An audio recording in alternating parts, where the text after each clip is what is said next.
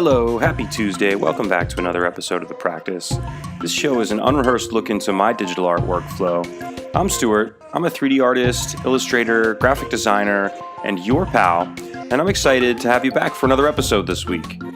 As you can see here, we're playing with a few landscape objects, just sort of blocking some shapes in, and this week's episode is really going to be a very simple, very fun, straightforward exercise in isometric landscape modeling.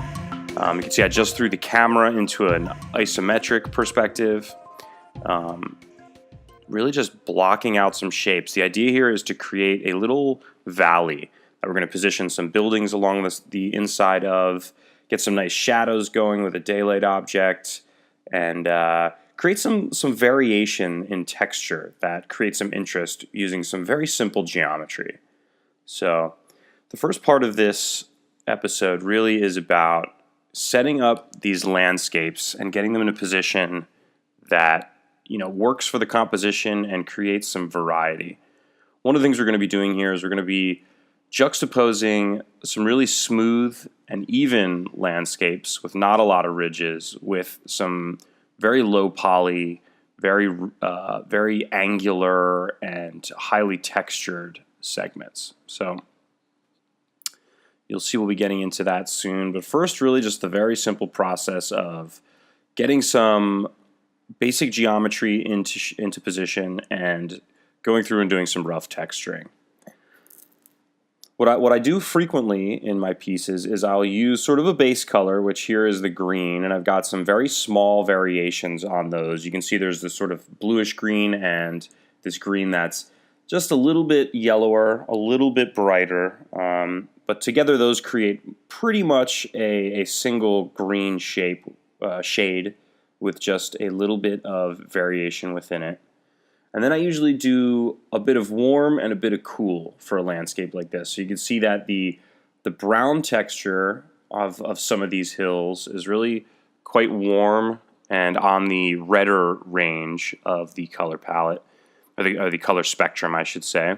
And then we've got some really cool grays going on for another set of sort of mountains here. And the combination of those two, I think, works really nicely with the green, and they contrast against each other.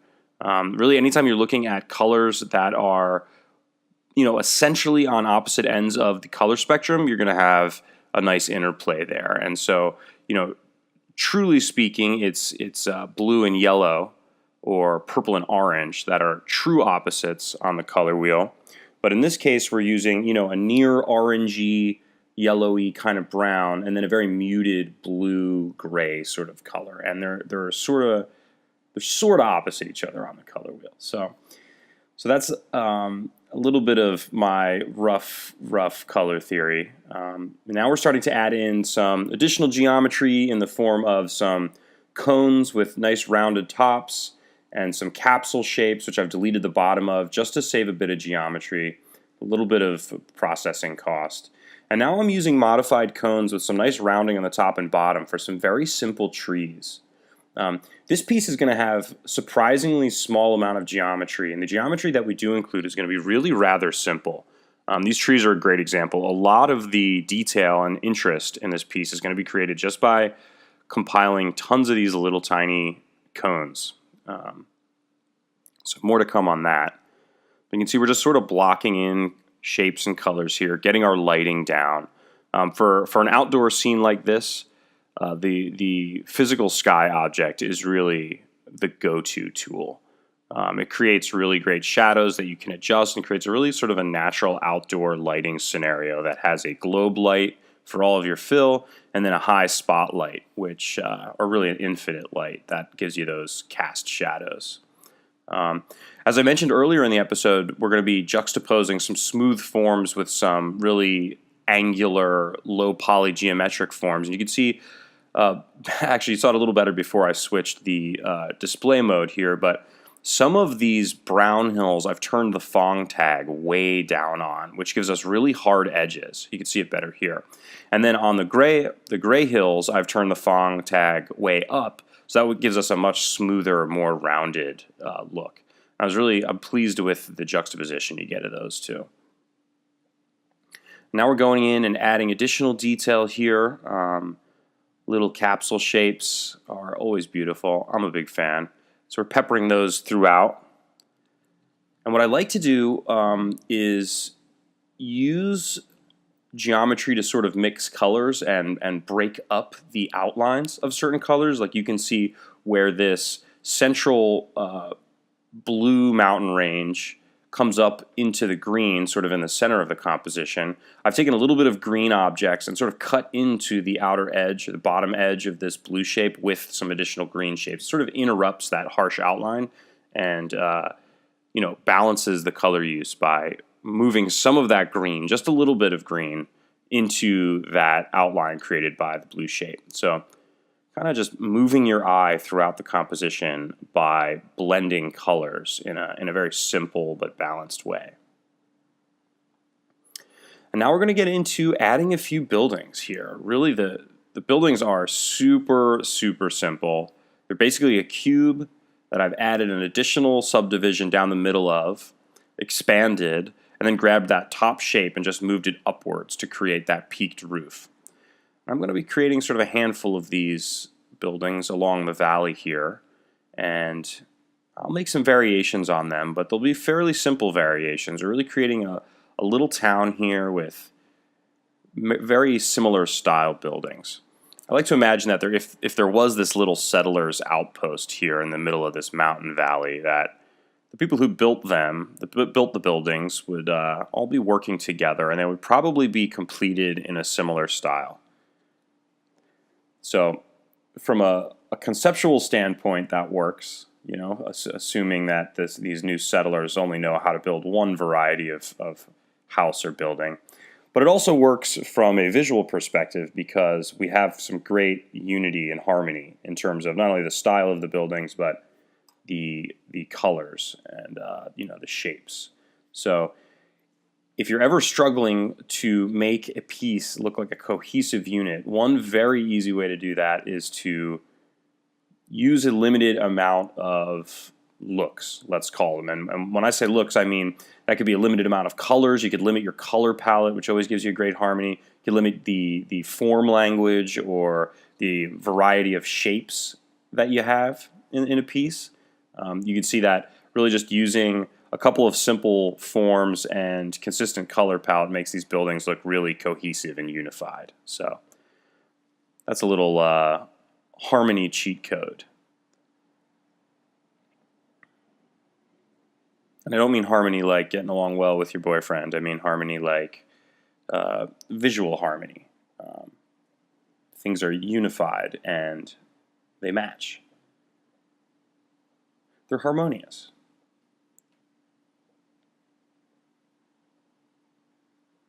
And now in an effort to add another little bit of contrast between some of these rocky, peaked, angular mountains and the rest of the scene is I've gone ahead and added just a little bit of noise. Noise is a really simple texture, very useful though.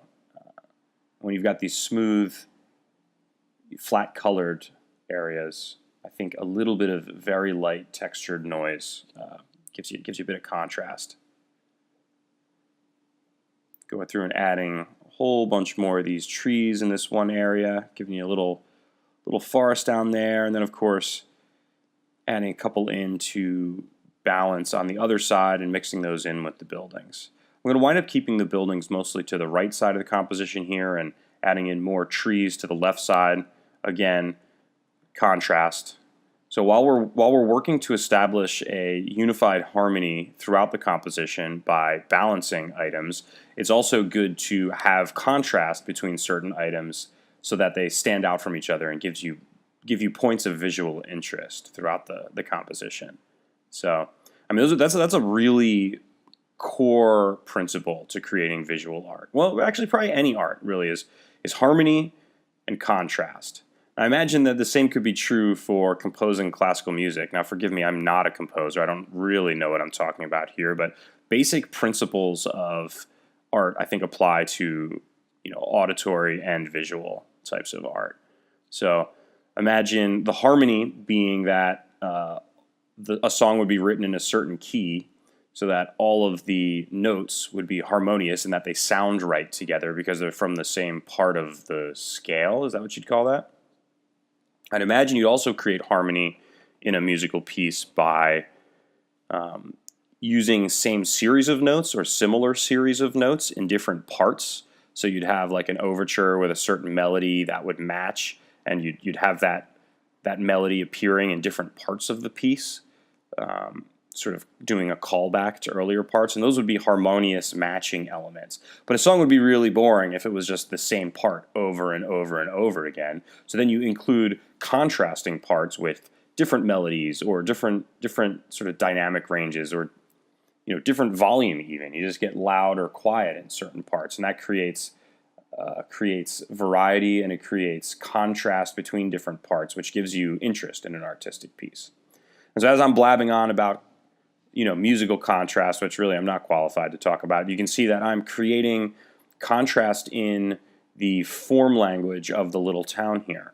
So all the roof angles match, the colors match, the basic forms match, but you can see some of the buildings are a little longer, some are a little taller. One has a clock tower, one looks kind of like a church, but they all match.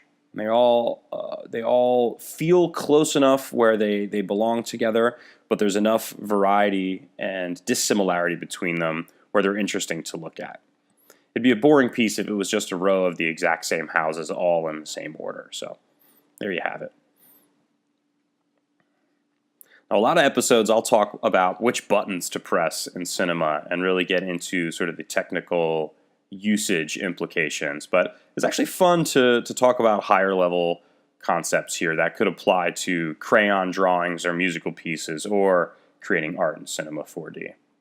Now, recently I've been getting a lot of questions about whether or not I went to school for 3D, and I didn't. I mean, I was lucky enough to get some art education. I went to school for graphic design and illustration, and I think that was tremendously valuable in creating the skill set that I have that now applies to a three-dimensional workflow, to using Cinema 4D.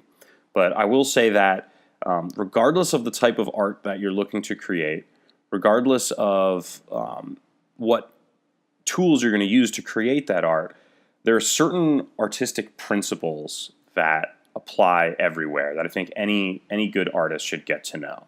I think you could look up things like the elements of design, which would be contrast, harmony, variety, uniformity, texture, color, and all of these things work together to create sort of the core principles of any given piece. So get to know them. So here, again, as I'm blabbering away, we're nearing the final scene. I think right now I'm cranking out the final high-resolution rendering.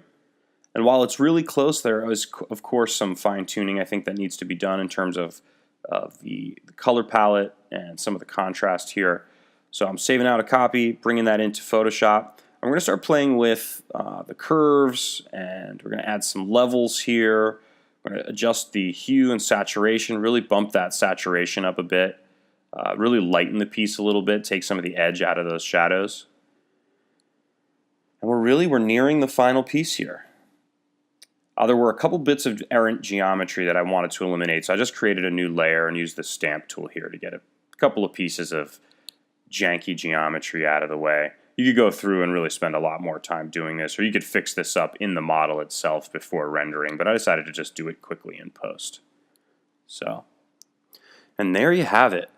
A lot of fun creating this piece this week. Kind of a straightforward exercise, really simple geometry, but I'm pleased with the result. It came out pretty nice. Was glad to chat a little bit about art theory and some high-level concepts as opposed to just which buttons to press. So thanks for tuning in. If you like what you saw, please don't hesitate to hit like and subscribe. If you have any additional questions, drop one in the comments below. I answer nearly all of them. And it's been a ton of fun. This is Stuart saying goodbye. See you next Tuesday. Thanks.